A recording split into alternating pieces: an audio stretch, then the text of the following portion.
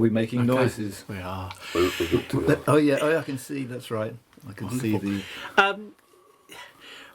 Right, meeting Rod. Did you correspond with him before Redmire? Yes.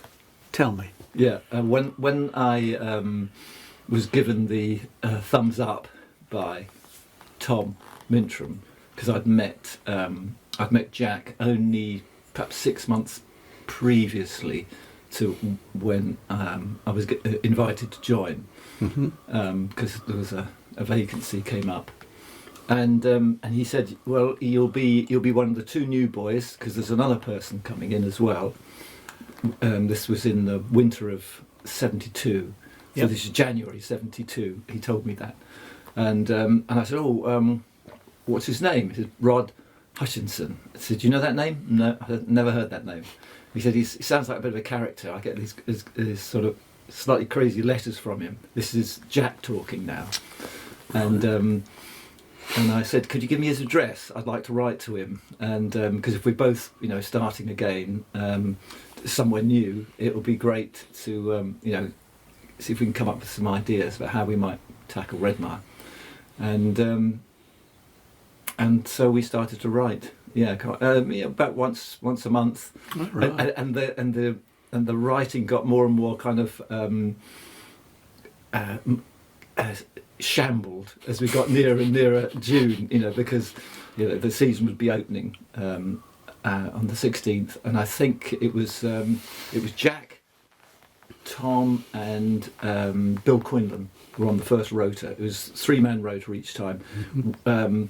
They were on for a full week. I think there was a couple of days beforehand, when the unfortunates, who were John McLeod, Bill Walkton, and Pete Climo, they were there just for 3 days, because it was always Sunday to Sunday. Yep. And they had, I think it was like Friday to Sunday, so they just had 3 days, and then it was time for the, Jack and Tom and Bill, and so they had a good week. And during that week, we didn't know what was going on until the Angling Times came out, and there was a picture of Jack with a 31-pounder. Wow!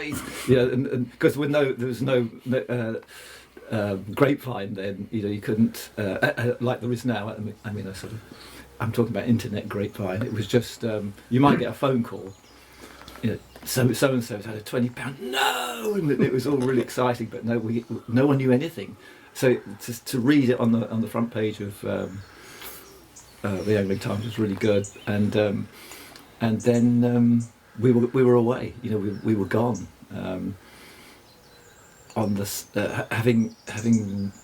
I suppose maybe I wish I'd kept the letters. I think I've got a couple of them somewhere, but 3 or 4 times we would write. But we had written, and then it was I think it was the 21st of June, 26th of June, something like that. I should remember, but anyway, it was towards the end of June, and I came down, with Jasper, and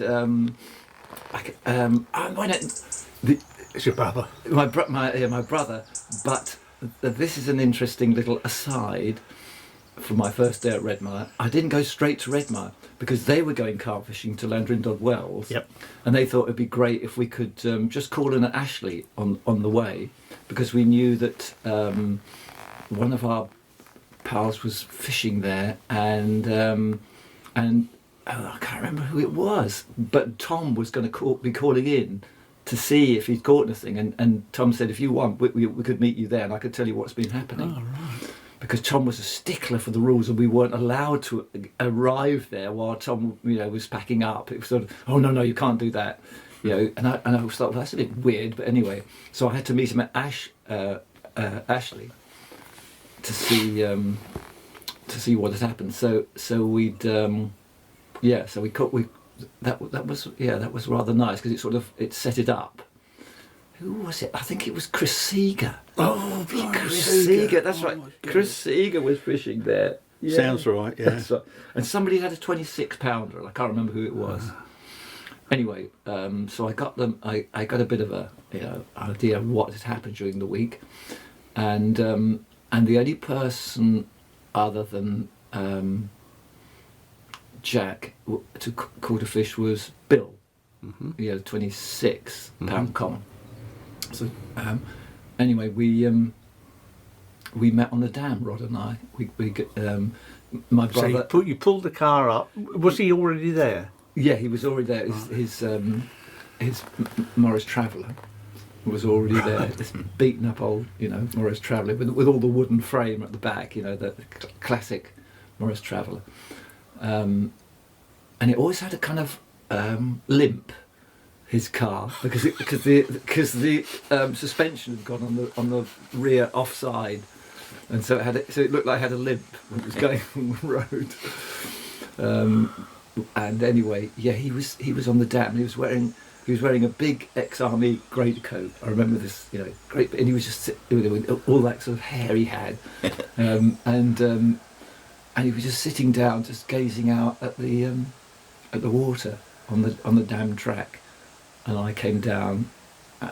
In his recollections that I've recently read, that he hasn't published, in his memory he was asleep in his bivvy, and I was coming around looking for him. That is not right, because he never kept a diary. So although he probably was asleep before I came down, when I found him, he was sitting on the dam, looking out across the dam, and I didn't wake him up. He was there because he looked at me and he said, "Are you Chris Yates?" And I said, "You must be Rod." And he didn't get up. I just went over to him and we shook hands, and I said, "Did you get a fish on hemp in the end?" Because he was telling me he'd been trying to catch fish on, practicing, as it were, with small baits. He was already experimenting with small baits, and he was going to see if he could catch a winter carp, which was one of those things that very rarely happened back in the 70s, because we had proper winters then, apart from anything else. But no, he hadn't caught it. Yes, he'd hooked a carp. He'd hooked a big carp on hemp and lost it. So he was going to give hemp a try. What did you have in your bag? In my bag, I had maggots, because that's what they were catching them on. But I also had pond snails. I thought pond snails would be, so lots of pond snails, which I collected from my own garden pond, and a few worms I dug up. That was it. That's all I got. Maggots, snails, and some worms. And Rod also felt that worms would be worth a try. Yeah. And that's all we brought, and not that much. I probably bought 2 pints of maggots for the entire week. We were there for 7 days, from Sunday to Sunday. Virtually the last week in June '72. So. And we were both very, very excited, and we both didn't know what the hell we were going to be doing or how we were going to do it. And it was that lovely kind of sense of anticipation, and anything could happen.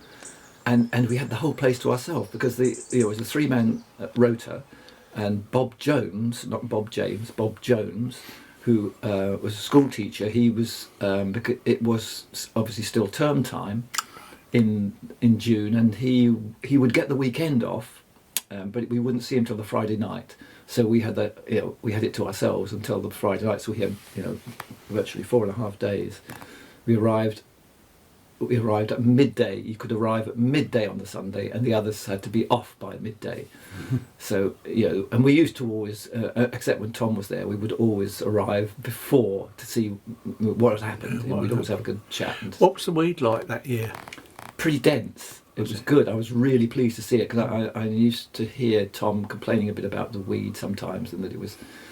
But I had always felt that if there's plenty of weed around, that was good, because it just made stalking that much easier. And that's, I've always ever stalked. I'd hardly ever done any sort of long sessions just sitting stationary. I found that not very productive, apart from anything else, because you could always find the fish feeding somewhere, especially if there's plenty of weed around, plenty of stuff, leaning into the water, lots of trees. There's going to be something happening somewhere. Did you walk round together, or did you? We didn't do anything for a while, maybe an hour. We were just sitting, just talking. Did you see any fish? And that was the great thing. I'm sure I must have told you before, because these bubbles started to come up. Quite a few bubbles, and our eyes were getting bigger and bigger, and then suddenly there's common. It was grey, it was an overcast Right. And it hadn't been sunny all day. It was just a lovely soft grey day, and this common, probably a mid-20, just came up no more than 25 yards from us, and just did a half turn on this and went down again. And this great ripple spread, and Rod's reaction was classic. He just said, "Baby," and then he went off to get his rod. He said, "I'm not hanging around here any longer. I'm going to get my rod." And it was just so good, and he was so completely, blown away by that as I was. But of course, I'd been there before. He'd not been there, but I'd sneaked round it 2 years previously in '69. On the way back from Len Guard, had a friend who used to know someone who worked at the house, and he kind of got us in that way. And we called in September on the way back from Len Guard, and so I had seen a carp roll at Redmire, and I'd been to Redmire, and and in that we had to sneak around. We weren't meant to be there, but there was somebody fishing when we were then, and it was Bill Quinlan, but he was asleep, and he never knew. Four of us. There would be Jasper, my brother Nick, and this friend of ours who also Morris Traveller. We were travelling in his Morris Traveller. Pete, that's his name. Pete. He was not one Pete of Smith. No, it wasn't Pete Smith. I can't remember his second name, but anyway, he got us in there, and Bill Quinlan was asleep on his bed chair in his bivvy. Well, it wasn't a bivvy; it was just a tarpaulin thrown over a brolly, and he was so deep asleep. We thought, that's all right. We'll just carry on. 69. Baits. Now, did you really use jelly beans? That was Rod's idea. Yeah, jelly tots. Jelly tots. They were. Explain what were they like? They were a bit like a sort of soft Smartie, kind of, and also jelly babies. He tried that was his idea, but I thought licorice all sorts would work. So and we would try all sorts of things, and then now and again we'd have he'd get pickups, but I think he did get one on a jelly bean. Yeah, he did. But in the first week, we weren't quite so radical. We were just thinking we were going to get them on a traditional bait. It wasn't until later we started to use all that stuff. Although I did have an artificial moth. I brought a moth because and with my Mark IV Avon I could cast, which was like it had the action of a sea trout rod. I could cast it, sort of 30 yards almost, and that nearly worked because they would lie up in the weeds, and I cast this moth in the evening over this big common, and I just twitched it over its head, and it came up, and I went, and it just blew it away in the end. It nearly took it. It was just going to take it, and then the last minute it kind of just and blew it away. Oh, washed it away. What did you make of his fishing? So you saw Rod fishing. I mean, what was he like? Was he always on the lookout? Would he disappear inside a bivvy, or was he very always intense, very focused. We were both up trees a lot of the time. We spent a lot of time up trees. Me, and I always fancied the east bank. That was my favourite bank. He was almost always on the west bank, which had more willows, more climbable willows, and alders. You had the islands on that bank, yes, on the west bank. So he was often up those trees, and I was on the trees on the other side, but up towards the shallows. And I just liked that side. And it was good because that meant that that's my territory. There was a sort of, there was this line down the middle, this dividing line. Okay, that's the Hutchinson side. He's got the west bank. I've got the east bank. Can you remember the first big fish he caught while he was with you from Redmire? The first one he caught? No, the first big one he caught. Yeah. Yeah. It was the second week. The first week, we just wanted to catch a carp. Yep. And he caught the first one. He was stalking up in the shallows, and it was so. I've got to tell you that's the first one, but then it makes the bigger one seem bigger, and that was a 6-pounder on a worm, and he'd had several takes and missed them, and finally got one. And I was on the east bank, and I saw him strike, I saw him up the tree, and I saw the line going, and then there was a splash, and it wasn't a big splash, but it was a carp. And I just shouted, "You got a bloody Redmire carp, haven't you? To get round here now, bring the net. I'm never going to land it from up here." So, and it was £6. It was fantastic, and that was we had to celebrate that. It was great. Mm-hmm. But then that morning, I just hooked my first carp and lost it, and by then I'd with encouragement from Rod, I'd just said, "I think this might, I'm going to give this a try." I said, "What's that?" And because I always used to make the same breakfast every morning. My fishing breakfast was scrambled egg with sweet corn, which was a nice mix on a stove. But before I chucked this tin of sweet corn in with my two scrambled eggs to cook, I said, "What do you reckon? Do you reckon that sweet corn would work? It might be worth a try." That's all he said, and I thought, yeah, I reckon it will.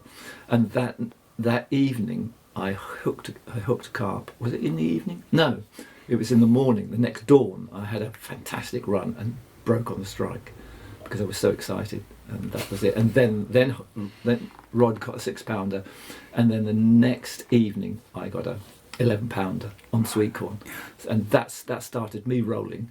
But he didn't get the best. I think I had about maybe 10 commons that night. Until the end of that week, and the best was 16, which was like a monster, and it felt like when we first saw it roll, it might be a 30-pounder. And he did catch quite a few, all on sweet corn too. Right. So we were rolling, and then the next week we had to wait 2 weeks, which we could hardly bear, and we wrote twice each during those 2 weeks, right. Exchanging all kinds of ideas, and we came, and he said straight away, I'm not going to fish with sweet corn. I'm going to try something else. You stick with your sweet corn. I'm on to something already. And he'd already, he didn't tell me what, but I just thought, great. And he had a 25-pound common, right. Probably on the Wednesday of that second week. And there's a picture in Casting of the Sun with Bob Jones, who was there for that week, because it was the beginning of his summer holidays. He's up to his waist in water with the fish in the net, and there's Rod holding his rod. It's rod. A great shot. Yeah, and he's got that sort of expression of triumph and joy, which is wonderful. And we both caught. We both had our first 20s that week. I caught a 21 on sweet corn, and he had his 25-pounder on a baked bean. He decided just to, in tomato sauce, just straight up. Tinned pulse. It was baked beans. But I didn't discover that for another couple of weeks. Of course, this is years and years before the herring, so they were directly. Directly on the hook. Yeah. What kind of hooks were both you and Rod using? Can you remember? Hooks is hook. The very idea of hook makes me wince because I lost so many fish. That week, not to your hooks. That week that I came, but I had great faith in Model Perfects, Alcock's Model Perfects. Yeah. In fact, my first 20 was on an Alcock's Model Perfect, and when I got it in, it opened quite a lot because they were quite soft metal. And I'd never had fish that just fought quite as hard as those Redmire fish, and that's why I wasn't really prepared. But before I landed that fish, I'd had maybe 3 or 4 hooked. I could have had 6 20s before Rod had even arrived. He didn't get down there till the Monday, and I'd lost 6 fish, and they all come off the hook. And I was using Jack's and Tom's favoured hook, and Bill Quinn, and they all used low water salmon hooks. And they showed me what they were doing. They were solder blobbing the ends of the shank.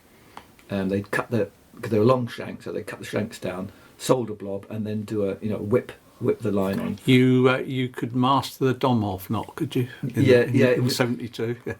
It was the Domhoff knot. That's right. But I liked a short shank hook, and that was that was stupid. I like them really short, so it just looked like a U. Why I did. I just do not know, and I lost. None of these fish stayed on, but they were all big fish. So and I lost 6. 2 of them I hooked them right under the bank. So when Rod arrived, I said, You won't believe it. I'm in tears. I've lost 6 fish. Great. And he rubbed his hands. I'm so glad you haven't got anything yet, because if they're feeding, it doesn't matter. You're going to catch one. And we're going to have a great week. And he was just really happy to know they were feeding. So, talking about Rod being in the water, just tell us the tale, that incredible tale of hooking that, what plainly, as we were coming into the colder months, what plainly you both thought was a possible record carp, and you had a dinner appointment that night, and well, just explain the story, because Rod went in twice, did he? Yeah, he went in twice. This was this one of our most epic epic adventures. It was the 30th or 31st of October 1972. Rod had been there all week. I couldn't get down there until the Friday, and so I only had from Friday evening till Sunday lunchtime. But he'd been there all week, and on the Tuesday I had a phone call from him from the phone box at Len Guard, and he was incoherent. What's that sort of, I can't do the Lincolnshire accent. You got to get down there now. And what's gone wrong? What's happened? I thought something terrible had happened. No, I've just seen it. It does exist.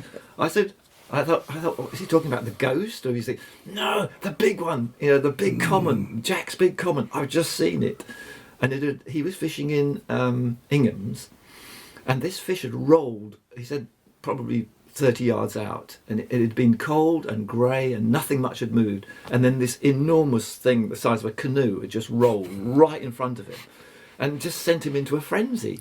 And once he recovered, he ran down and said, you got to forget your bloody job. I was doing I had to deliver a book cover for Panther Books, and a paperback cover, and it was worth a lot of money.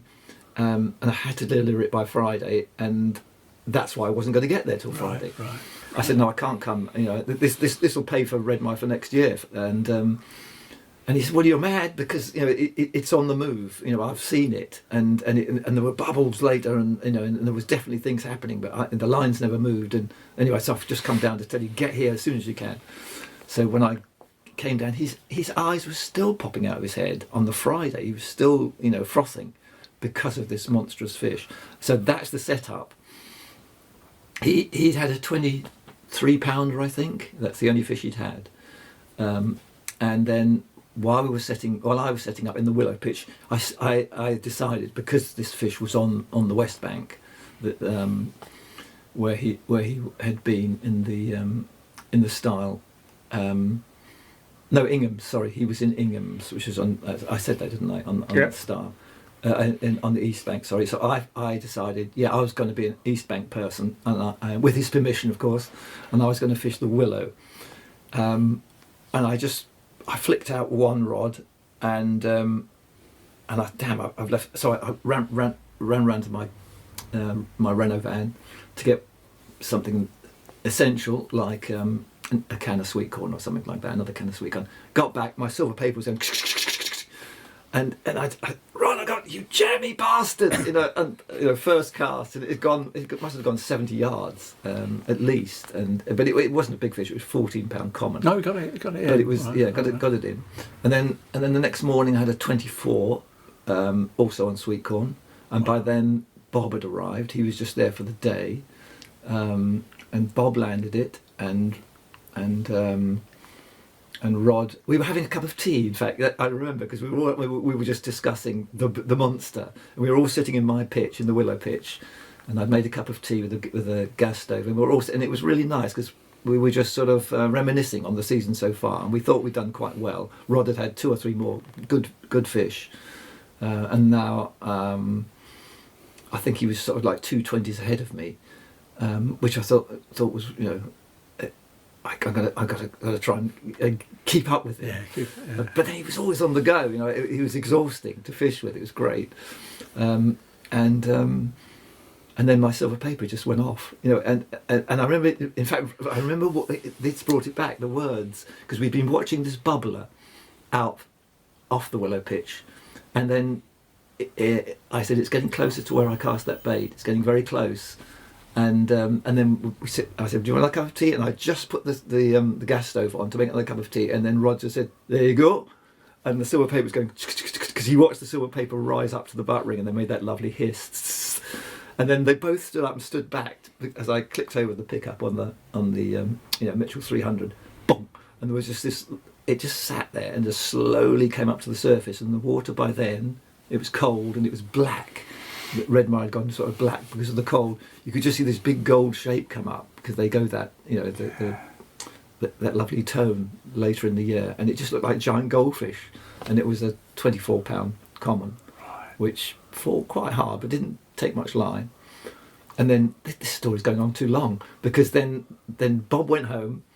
We'd been invited for dinner that evening by a couple we'd met in the local pub, who were a really nice couple, and said, come for supper, you need a hot meal, you've been there all week. I said, I this was on the Friday night when we'd seen them first, and yeah, they so we were due there at 6 o'clock, end of October. It would be almost dark at 6 o'clock, and but then about 5 o'clock, I just said to Rod, I'm going to get one.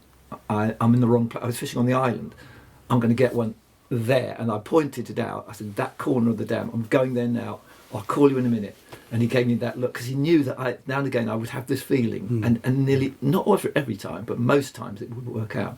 So I went round, sat on the corner of the dam where the old the stump there, tree stump there, flicked out a bait with a quill float in about 5 foot water, right under the rod tip, and just sat there on not on the tree stump, but sort of behind the tree stump. So I was hidden and kneeling on the ground, watching my float. I thought, right, I've got half an hour, and we've got to get going. And within 4 or 5 minutes, there was a bubble came up, just one bubble, and I just thought, yeah, that's good. And then another bubble, and another bubble was not in the same place, so you knew it was. And then the float kind of stirred, and then it just sort of went away. And I just thought, this is just too good to be true. Boom. And it started to go. And because there was no weed, I was using 6 pound line, which was obviously a mistake. I had a lot of 6 pound line. It was probably 150 yards on a full spool. I'm surprised. And because it was new, it was a new spool, and a new spool of 100 on top of what was old line underneath. So I had about 50 yards left from the previous lot. So there was a knot in the middle, and that knot went through. I felt it go through the rings after about, Just scooted up. Just went straight down the middle of the pool. And Rod, I didn't have to shout. Rod said, I can't remember. He was some kind of disparaging comment because he was screaming clutch, and he came round, and I said, I think this is going to take a little while, because I said it's not stopping, but it's slowing. And eventually there was this long kind of the rod top just throbbing, and then I started to get a little bit of line back, but it'd taken nearly every inch of line. It gone 2/3 of the whole length of Redmire, but right down the middle, and quite slowly. And then it started to come back, and Rod was looking at it coming back, and looking at me, and I could tell what he was thinking, because of what he'd been going on about ever since I'd arrived. And it came up underneath the rod tip, and the rod just went over, and nothing happened. And he said, well, go on. And he had a big landing net. He'd built it in the close season before. It was gigantic, because he'd always felt that, if we were going to hook a big fish, he needed to have the net that would cope. So he pushed the net down, and I said, it's not coming up. It's just sat on the bottom. It'll come up. And I wound down, pushed the rod under the water, and started and lifted just a little, and it just went, and then off it went. And again, it took nearly every inch of line, dead slow, right up the middle, and took another maybe 10-15 minutes before I got it back to the dam wall again. And then it ran over to the right slowly, and then it ran over to the left, and then it went into the corner. And I said, Rod, you've got to frighten. This is when he went in. It's going towards where the old weed filter used to be, where the overspill was. Yeah. And I said, just make a lot of noise, just splash your net. He said, I'll do better than that. He just jumped in. Not in the deep water, I hasten to add, because it's quite shallow, just where but he was splashing about in there. And But when it went over the other side where the snags were, on the willow pitch side, it was running along the dam wall, and I was running along with it, holding the rod over the bushes and shrubs and the brambles. And I was having to lean right out to keep the line away from everything. And he was going towards the snags. I said, and Rod overtook me. I said, just make it, do it again. And he went in, and that was deeper there. And so there was a lot of commotion, and it drove the fish out again. And by then, it wasn't just Rod; it was me as well. I mean, I was convinced this was it. This was, this was the big fish. And then finally, after nearly 2 hours, got it up onto the surface. He was sitting on the weed filter with the net, and I had it on the surface, and we could see it. By then, it was completely dark. And there was there had been a moon, but the moon had gone down while we'd been, it's been a half moon, crescent moon rather, and it had gone down, and so all we could see was this inky sort of ripple on the surface, and he got it over the net, and he started to lift, and there was a huge splash, and it went off again, but the rod was pointing down at the net, and there was an S-link on the drawstring, and the line had gone through the S-link, and I thought, that's it, that's fucked. And then he shook the net, and the line went slack. Oh, bastard! He's shaking the hook out. But then everything came back again. What he'd done, he'd taken the slack away and freed the line. And so I got back to it. He brought it back in again, and I could see this long shape coming over the net, and then coming, and then he lifted. And there was this bit of, it wasn't a big splash because 2 hours, it was quite a tired fish by then. It sort of, and he started to, he said, "God, look at the length of that," and then he lifted up, but then, "Oh, it's not. I don't think it's that big." And I said, "What?" And we could see it then. Our night vision was pretty good, and it was it wasn't a record fish, and it was like a wildie. It was and it was just over 36 inches. We measured it. Yeah.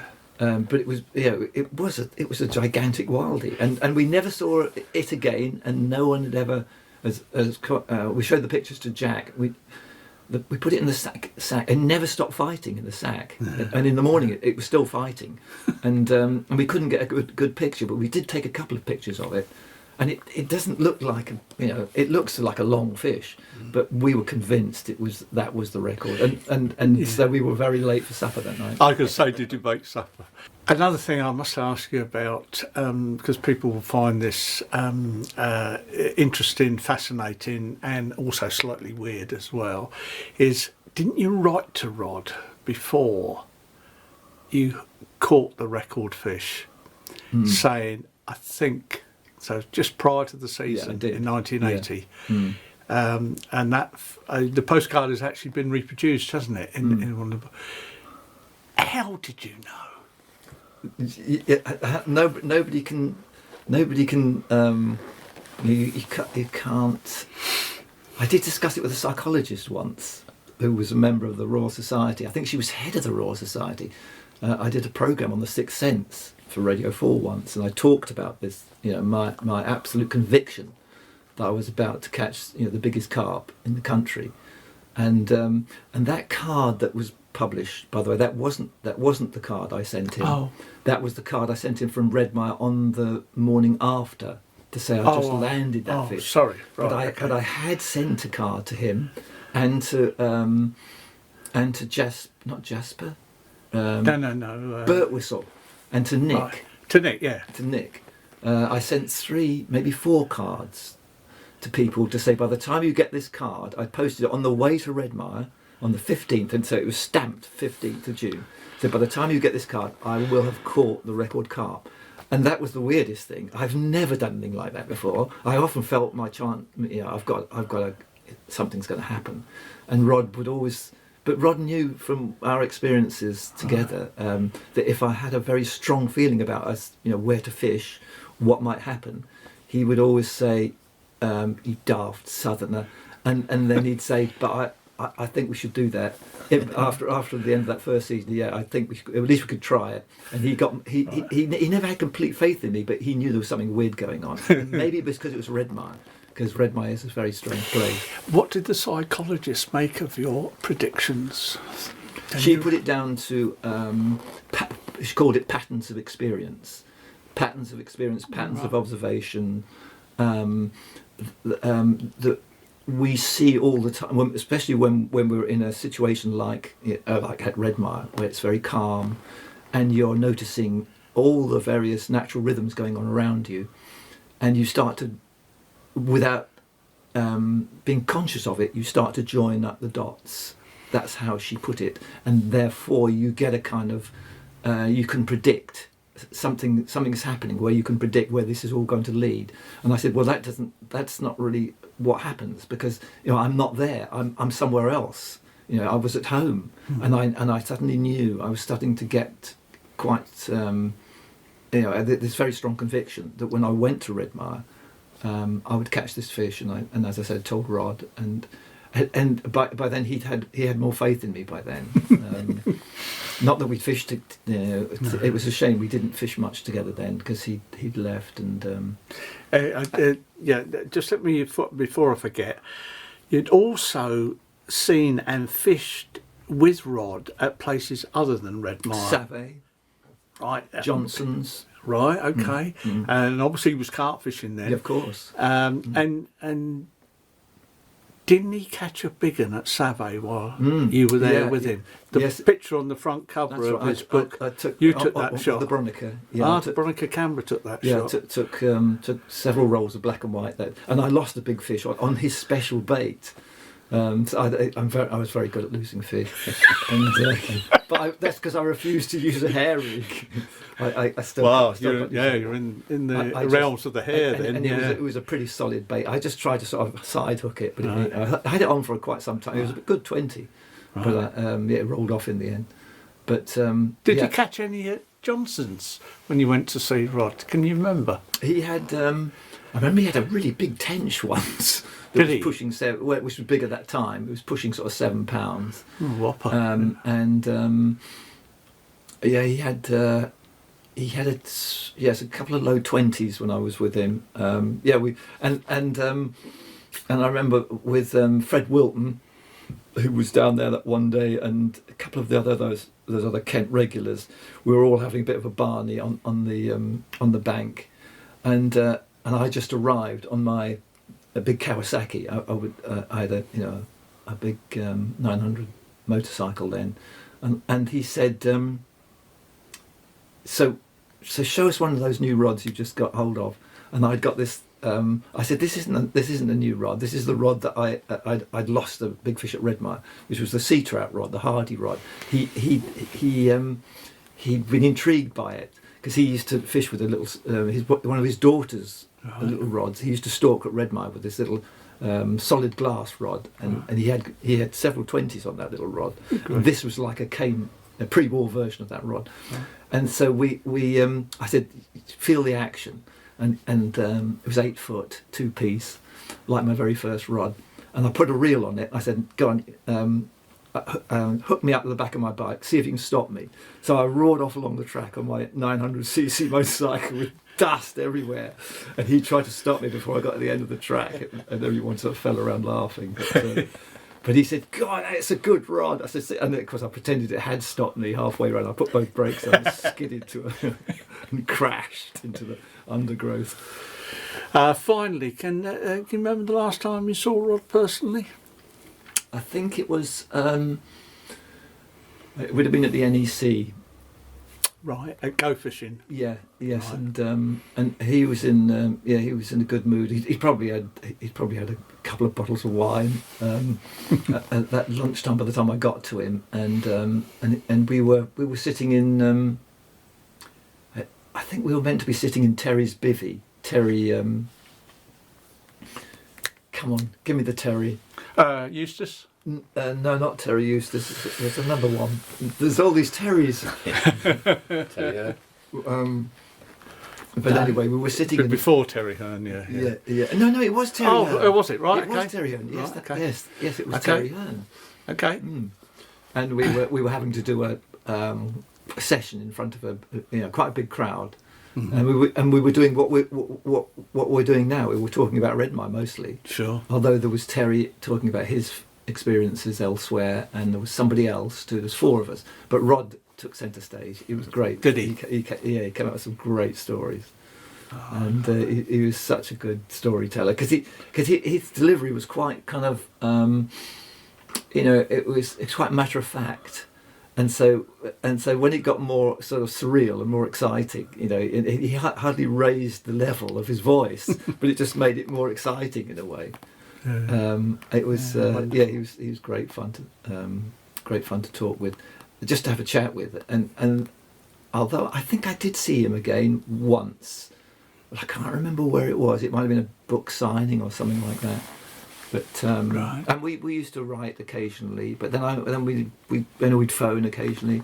And then these last 5 years, I haven't really. Not until Christmas before this last one, when I got a card from him, and that's the first time I'd heard from him. And there was a really nice message there, and I thought, I'm going to have to write to him. There was something in the message which was, it was quite poignant, and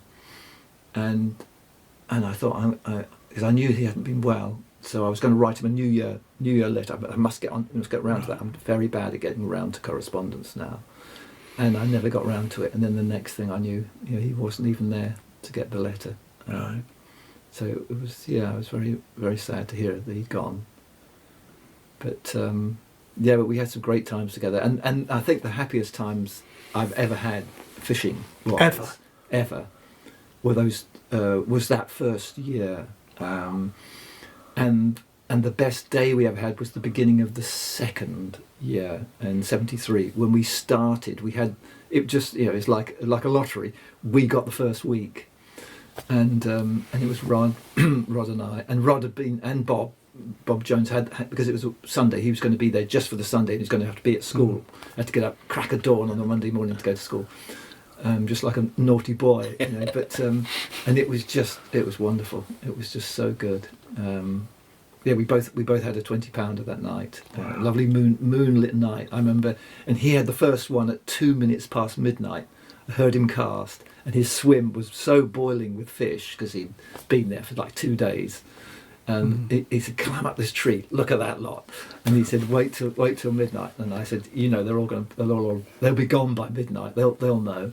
But they weren't gone. And he had a 22, and then I had a 25 at 3 a.m. And on the other bank, he was on the west bank. I was on the east bank. I was on Green Banks, and I had a 25. And that was the beginning of our best. It was a fantastic week, and we both had. Wonderful fish. I think we both ended up with 320s each, and lots of big doubles. And Jack and Tom managed to get a few. They because they needed to be there for that week because they couldn't make their own official week, so we let them. And neither and that was, I think, the beginning of a bit of a rift, because they fished quite hard, but neither of them had a chance.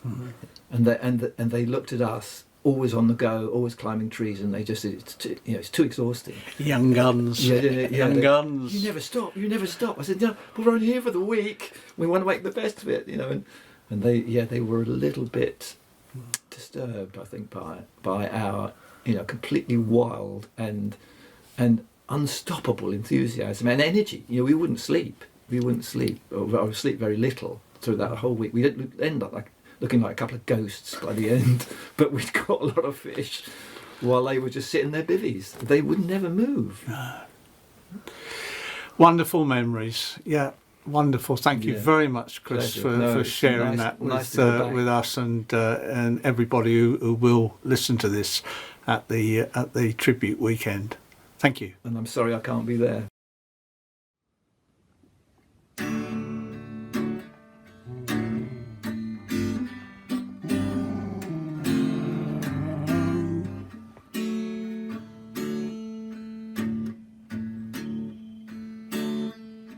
All that long so straight, lay back at those red my blues.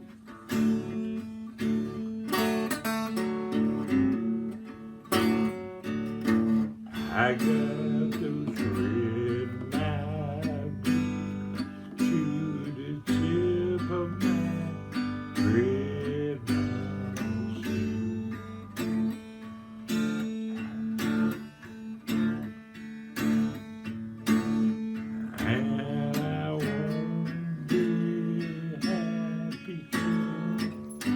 Put on my catfishing shoes.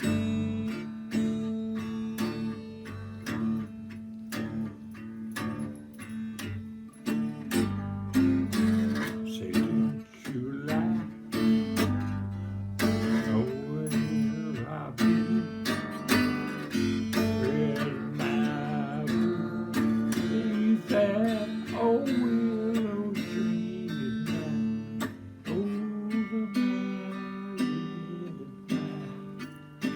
over my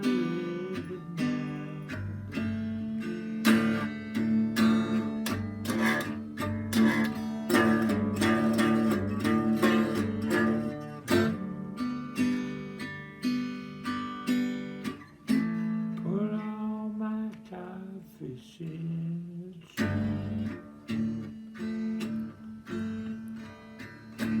And they're off.